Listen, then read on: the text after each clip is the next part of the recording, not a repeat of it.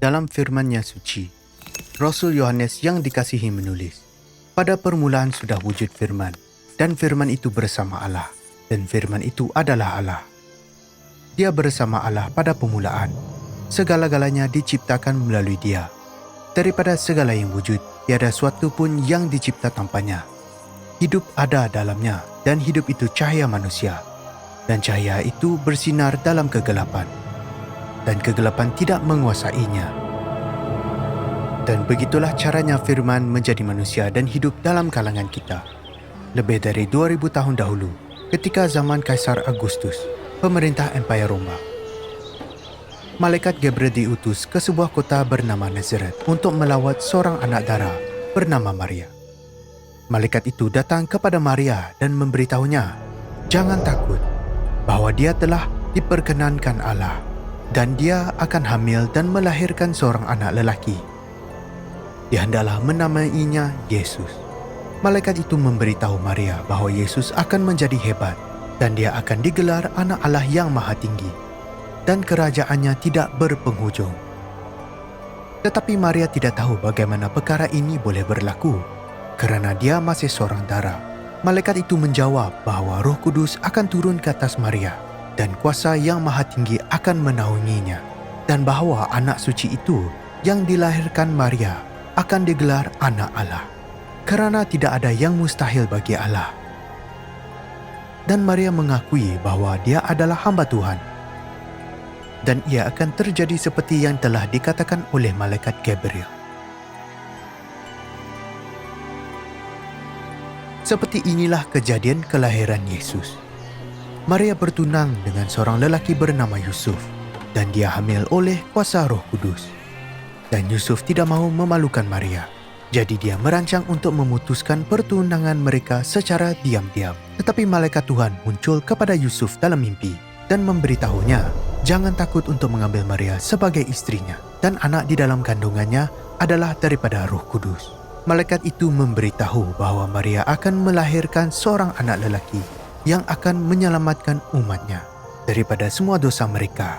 Dan semua ini terjadi seperti yang telah dikatakan oleh Nabi Yesaya, yang berkata, "Seorang anak dara akan mengandung dan melahirkan seorang anak lelaki, dan mereka akan menamai dia Immanuel, yang bererti Allah menyertai kita." Apabila Yusuf terjaga, dia pun mematuhi apa yang disampaikan oleh malaikat Tuhan itu, lalu berkawin dengan Maria. Tetapi dia tidak bersentuh dengan Maria ketika dia hamil. Pada masa itu, Kaisar Agustus menitahkan supaya semua orang didaftarkan untuk cukai. Oleh itu, Yusuf meninggalkan kota Nazaret dan berangkat ke Yudea, ke kota Daud yang disebut Bethlehem, untuk didaftarkan bersama Maria.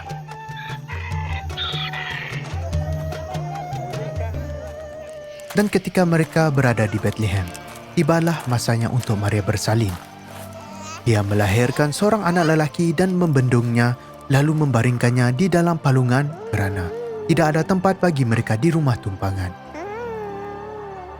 Pada waktu itu, ada beberapa orang gembala yang bermalam di padang untuk menjaga domba mereka. Malaikat Tuhan muncul di hadapan mereka, dan kemuliaan Tuhan menerangi mereka. Dan para gembala itu menjadi sangat takut. Tetapi malaikat itu berkata kepada mereka, "Jangan takut, bahwa dia membawa berita baik yang memberikan sukacita kepada semua orang." Dia berkata kepada mereka bahwa pada hari itu di kota Daud, seorang penyelamat telah dilahirkan, Kristus Tuhan. Dan malaikat itu berkata bahwa mereka akan menemukan seorang bayi yang dibedung dan dibaringkan di dalam sebuah palungan. Tiba-tiba, malaikat itu disertai dengan satu angkatan malaikat yang besar dari syurga. Mereka memuji Tuhan dan berkata, "Kemuliaan bagi Allah di tempat yang maha tinggi, dan damai sejahtera di bumi bagi orang yang berkenan pada hatinya." Setelah para malaikat itu kembali ke syurga, para gembala itu segera berangkat ke Bethlehem untuk melihat kejadian yang telah terjadi seperti yang dinyatakan oleh Tuhan kepada mereka. Ketika mereka tiba di Bethlehem, mereka menemui Maria, Yusuf dan bayi yang sedang terbaring di dalam palung. Dan ketika mereka melihat bayi itu, mereka mengatakan segala yang telah dikatakan oleh malaikat kepada mereka tentang anak ini. Dan semua yang mendengar berasa kagum tentang apa yang dikatakan oleh para gembala itu. Tetapi Maria menyimpan semua perkara ini dalam hatinya dan merenunginya. Dan para gembala itu pulang, memuji-muji Tuhan atas segala yang didengar dan dilihat mereka, seperti yang dikatakan oleh malaikat itu kepada mereka. 8 hari kemudian, bayi itu disunatkan dan dia diberi nama Yesus. Nama yang diberikan oleh malaikat Gabriel sebelum dia dalam kandungan. Kemudian Maria dan Yusuf membawa Yesus ke Yerusalem untuk mempersembahkannya kepada Tuhan dan mempersembahkan korban seperti yang ditetapkan dalam hukum Musa. Ada seorang yang saleh di Yerusalem yang bernama Simeon.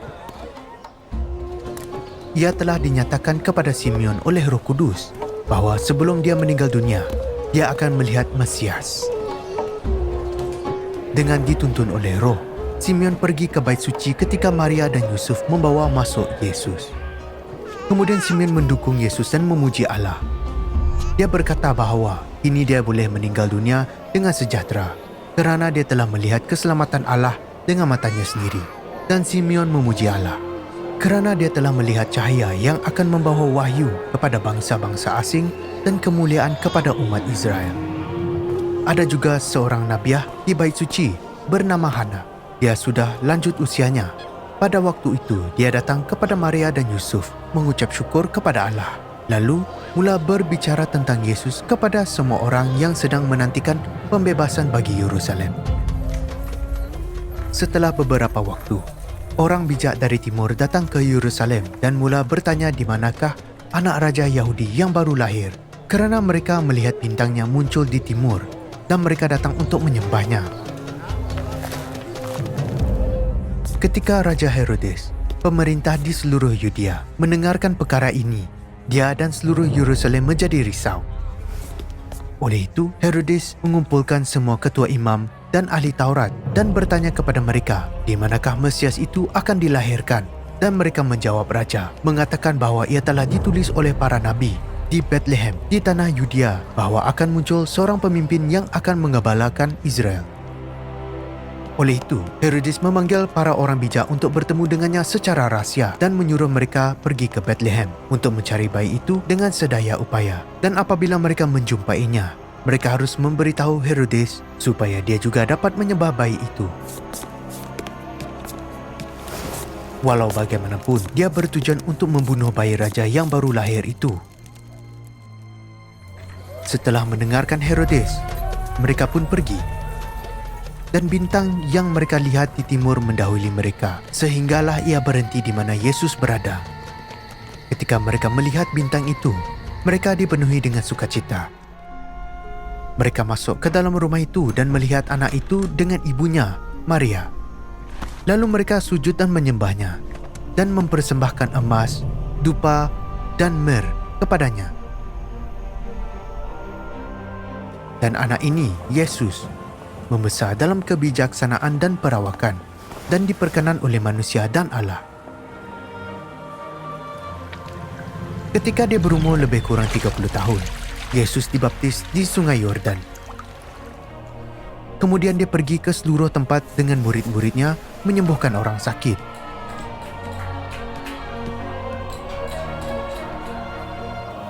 Memberi makan kepada orang banyak.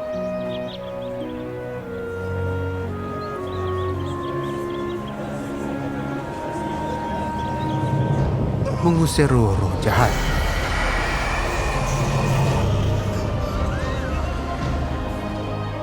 Bahkan membangkitkan orang mati.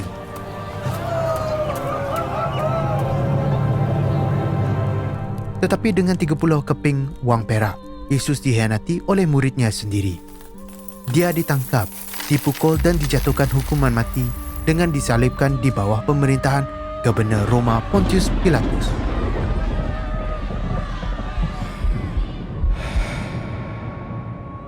Yesus dibaringkan di dalam makam dan batu yang besar digulingkan untuk menutup pintu makam itu. Tetapi pada hari ketiga, Yesus bangkit dari maut. lantas membuktikan bahwa Dialah Kristus, Allah, Anak Allah yang Maha Tinggi. Inilah kisah sebenar tentang Krismas yang dirayakan di seluruh dunia.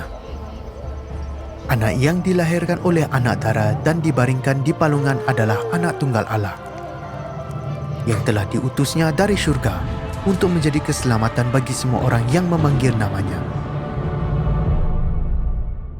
Anda boleh berdoa bersama kami sekarang untuk menerima Yesus dan menjadi anak Allah. Tuhan, aku mengaku bahwa Yesuslah Tuhan. Aku percaya Dia dilahirkan oleh anak dara, mati di atas kayu salib untuk dosa-dosaku, dan bangkit dari maut pada hari ketiga. Hari ini, aku mengaku bahwa aku telah berdosa terhadap-Mu, dan tiada apa-apa yang dapat kulakukan untuk menyelamatkan diriku. Aku meminta-Mu untuk mengampuniku, dan aku mempercayai Yesus sahaja. Aku percaya bahwa kini aku anak-Mu, dan aku akan bersama-Mu dalam keabadian. Pimpinlah aku dengan Roh Kudus-Mu setiap hari. Bantulah aku untuk mengasihi-Mu dengan seluruh hati, jiwa dan mindaku, dan orang lain seperti diriku sendiri. Terima kasih kerana menyelamatkan aku dengan darah anak-Mu Yesus. Dalam nama Yesus aku berdoa. Amin.